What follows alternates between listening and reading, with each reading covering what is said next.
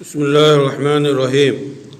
حضرات گرامی، رحمان کے بندوں کی خصوصیات کا بیان سورہ فرقان کی آخری آیات میں ہے۔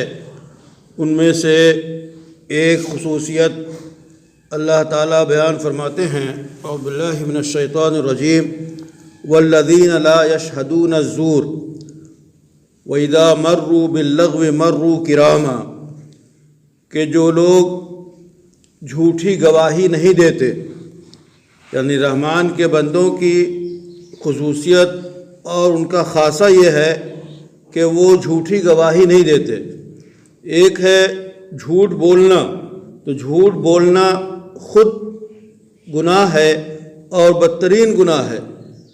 اس کے ساتھ ساتھ اس سے جو ہے بڑی خرابی جو ہے وہ جھوٹی گواہی میں ہے، چونکہ جھوٹی گواہی کے ذریعہ ایسا ہوتا ہے کہ جس کا حق نہیں ہے اس کو چیز مل جاتی ہے اور اس کا دعویٰ ثابت ہو جاتا ہے۔ تو اس لیے جھوٹی گواہی سے نقصان بہت زیادہ ہے، فساد پھیلتا ہے، حقیقت کے بالکل خلاف ہے، ضمیر کے مر جانے کی علامت ہے۔ تو رحمان کے بندے جھوٹی گواہی نہیں دیتے۔ جھوٹی گواہی معاشرے کا ایک ناسور ہے۔ آج آپ عدالتوں کا جائزہ لیں تو باقاعدہ گواہوں کی ایک جماعت ہوتی ہے کہ جتنے میں چاہیے آپ جھوٹے گواہ خرید لیجئے۔ تو جھوٹے گواہ خرید کر، گواہیاں دلا کر اپنے حق میں فیصلے لیے جاتے ہیں اور غلط فیصلے لیے جاتے ہیں۔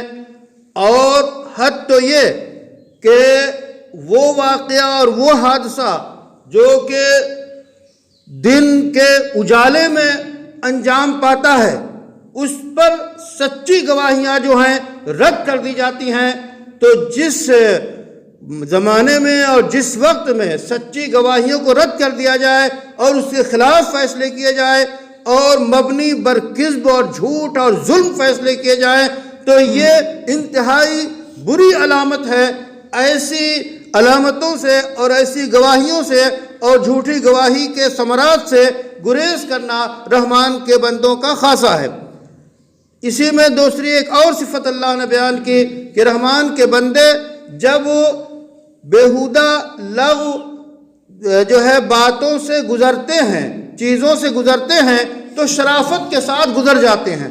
یعنی کہیں کوئی کھیل تماشا ایسا ہو رہا ہے جو جائز نہیں ہے، درست نہیں ہے، اور وہاں اللہ سے غافل کر دینے والی چیزیں انجام دی جا رہی ہیں، تو اگر ان کا گزر وہاں سے اتفاقی ہوتا ہے، اس میں شرکت تو دور کی بات ہے، ایسی مجلس میں جس میں اللہ کی نافرمانی ہو رہی ہو، اس میں شرکت کرنا ایک مومن بندے کے لیے جائز نہیں ہے۔ اگر وہ قوت اور طاقت رکھتا ہے تو اس شر کو، اس برائی کو روکے، لیکن اگر وہ روک نہیں سکتا تو اس میں شریک ہونا اس کے لیے بالکل درست نہیں ہے۔ لیکن اگر کبھی اس کا گزر ہوا یا کبھی ایسی مجلس میں وہ پھنس گیا تو پھر شرافت کے ساتھ اپنی عزت سنبھالتے ہوئے وہ وہاں سے گزر جاتے ہیں۔ یہ رحمان کے بندوں کی خصوصیات ہیں۔ اللہ تعالیٰ سے دعا ہے کہ ہمارا شمار ان میں فرمائے۔